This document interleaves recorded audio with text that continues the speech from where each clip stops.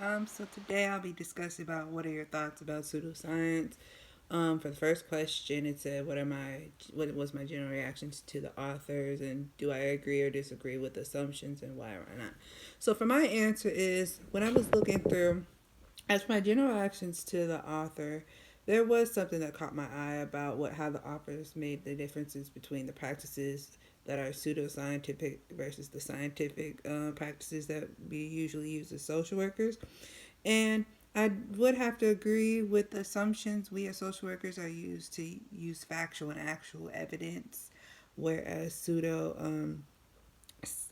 science is just basically on assumptions, if that makes sense. Um, Also, I've seen a bullet point about how social work is a profession that does not need to utilize research, which I would have to disagree, because we as social workers, we do have to use research. It's part of our profession. We research everything to make sure everything is properly in the right place before we give certain information towards other people. As for the second question, it said, um, also, I wanted to talk about how, like, many people were fooled about pseudoscience and all of that, and why we use scientific research or research in general, how we as social workers use, is above, in my opinion, pseudoscience research, pseudoscientific research. I apologize.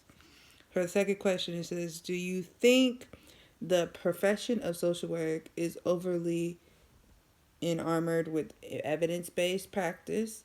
What if we just know something works in therapy, and shouldn't we just use that in our practice, or do we use it in our do our interventions? I apologize. Need to be evidence based.